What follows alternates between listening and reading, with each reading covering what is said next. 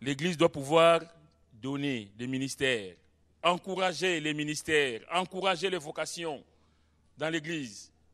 Tu fais partie de l'accueil. Tu vas voir aussi d'autres frères, sœurs de l'Église pour qu'ils viennent avec toi faire l'accueil. Tu évangélises, mais tu te déplaces, tu bouges pour que dans l'Église, les gens s'élèvent pour l'évangélisation. Une fois, quelqu'un m'a dit, mon frère, ça fait longtemps, je n'ai pas vu une main s'élever dans l'Église. Une nouvelle main. J'ai dit, ben oui, sauf que tu viens me voir. Mais toi, qu'est-ce que tu as fait pour qu'il y ait une main qui s'élève? C'est-à-dire qu'on pense toujours que les autres vont le faire. Mais toi, là où Dieu te place, toi, dans ta vie de tous les jours, quel témoignage tu apportes pour ton Dieu? C'est facile de dire, oui, mais l'équipe d'évangélisation, ça ne marche pas. Hein? Ça fait longtemps, on n'a pas vu de nouveaux venus. Mais là où tu es, dans ton travail, est-ce que tu as témoigné pour le Seigneur?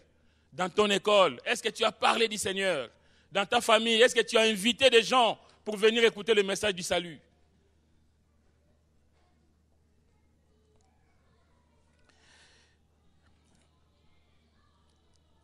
Elle s'est fait des couvertures, verset 22. La couverture, c'est les couvertures spirituelles que nous avons en Christ. Elle a des vêtements de fin lin et de pourpre. Le fin lin, c'est la justification que nous avons en Christ. Et le pourpre, la couleur pourpre, c'est la couleur royale. Apocalypse 19, 8 nous dit, il lui a été donné de se revêtir d'un fin lin éclatant, pur, car le fin lin, ce sont les œuvres justes des saints. 1 Pierre 2, 9, vous, au contraire, vous êtes une race élue, un sacerdoce royal. Nous sommes des petits rois. Le Seigneur sur lui, c'est le grand roi, et nous sommes des petits rois appelés à régner avec lui. Que son nom soit béni. La Bible continue, verset 21, elle ne craint pas la neige pour sa maison, car toute sa maison est vêtue de cramoisie. Ça veut dire qu'elle n'a pas peur des temps difficiles. Combien de foyers sont dans des difficultés quand les choses ne vont pas? Nous sommes chrétiens, bien-aimés, je pense que nous devons faire attention à notre façon de vivre. On ne doit pas se conformer à la vie du monde. Si le monde nous offre tant et tant de choses, mais nous devons faire attention. Parce que les temps difficiles vont arriver. Il y a des fois, tu vas être frappé par le chômage. Le chômage, ce n'est pas réservé aux autres. Les chrétiens connaissent aussi le chômage. Mais est-ce que tu gères ta vie de façon que si demain, il arrive des soucis, que tu sois pour quelque temps à l'abri, avant que les ascédiques ne te prennent en charge? Ou on est toujours là, quand ça tombe, tout part, et puis découvert, ainsi de suite. Ce n'est pas une vie. Je pense qu'un enfant de Dieu doit pouvoir faire attention. Parce que la Bible nous dit que le lendemain, tu ne sais pas ce que le lendemain va enfanter. Tu ne sais pas ce que demain va être. Donc on essaie toujours de mettre quelque chose de côté. Parce qu'on ne sait pas demain comment ça va être. Mais si on dit, viens, prends des crédits à gauche, à droite, et puis tu es là, tu vas te jeter comme un affamé, et puis demain, c'est des problèmes à la maison. C'est des difficultés à la maison. Et là, on va commencer à dire, Seigneur, tu m'as abandonné. Sauf que le Seigneur ne t'a jamais dit d'aller dans ce sens-là. Je l'ai dit souvent dans des messages, mais je le répète, quand je gagne 1500 € par exemple, j'essaie de gérer ma vie avec 1500 €. Je ne vais pas chercher des dépenses de 3000 € pour que demain, je sois en difficulté. Et quand tu es en difficulté, ce n'est pas toi seul qui es en difficulté, tu entraînes toute la famille. On a l'impression, comme je disais tout à l'heure, parce qu'on vit dans un monde où l'homme fait ceci et la femme fait cela, si je suis en difficulté, c'est moi. Sauf que c'est pénible pour ta maison aussi. Ce n'est pas que toi. Nous avons besoin de sagesse. Si la femme ne sait pas gérer l'argent, par exemple, c'est à l'homme de prendre la gestion de l'argent du foyer.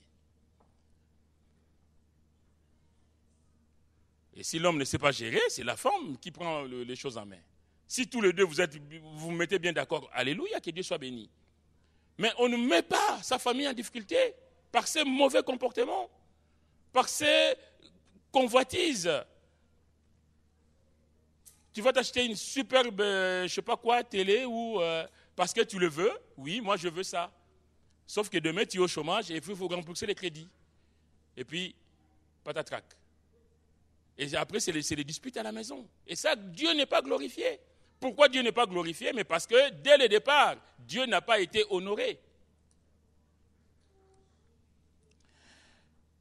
Mais la femme vertueuse, la Bible dit, elle ne craint pas la neige pour sa maison. Comme on dit en français, qu'il neige, qu'il tombe, elle n'en a rien à faire. Même s'il y a la neige, elle est blindée. Elle est préparée pour la neige. La Bible dit, car toute sa maison est vêtue de cramoisis. Ça veut dire que car toute sa maison, Christ est présent dans cette maison. Toute sa maison est vêtue de... Le sang de Jésus me protège. Jésus est avec moi. Jésus prend soin de moi. Le bon berger est avec moi. Je n'ai rien à craindre. Mais moi, je me confie au bon berger. Je ne confie pas à mes envies charnelles. Mais je me confie à toi, Seigneur. Dirige ma vie. Gère mon budget. J'aime bien la prière que faisait, qu'avait faite une fois une sœur, j'étais le nom, mais qui dit, Seigneur, dès le matin, Seigneur, je te donne ma vie. Gère ma vie. Fais le programme de ma vie.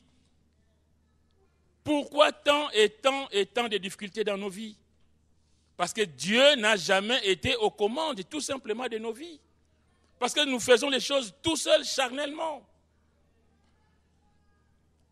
Et pour cette femme, la femme vertueuse, c'est ce matin, bien-aimés, mes sœurs, mes frères, prenez exemple de cette femme vertueuse.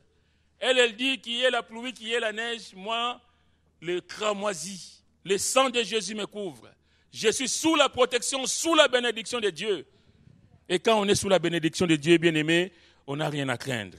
Le psalmiste pouvait dire, l'Éternel est mon berger, je ne manquerai de rien. Quand je marche dans la vallée de l'ombre de la mort, je ne crains aucun mal. Pourquoi je ne crains aucun mal? Car tu es avec moi, alléluia. Seigneur, parce que tu es avec moi, je n'ai rien à craindre. Ta houlette et ton bâton me rassurent.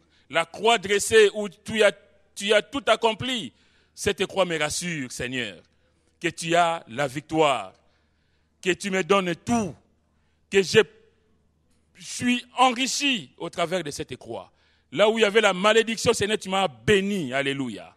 Là où les portes étaient fermées, Seigneur, toi, tu vas les ouvrir, alléluia. Parce que tu as tout accompli pour moi. Que son nom soit béni, alléluia. Au verset 16, il est dit, elle pense à un champ et elle l'acquiert. Du fruit de son travail, elle plante une vigne. La Bible nous dit que les champs, c'est le Seigneur qui les dit, les champs, c'est le monde. Et on voit ici que c'est quelqu'un qui réfléchit à l'évangélisation du monde. Elle réfléchit à l'évangélisation de ceux qui sont perdus.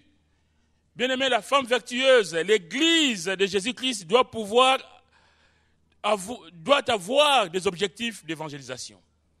On doit pouvoir avoir des programmes pour gagner des âmes. On doit pouvoir s'élever pour le Seigneur.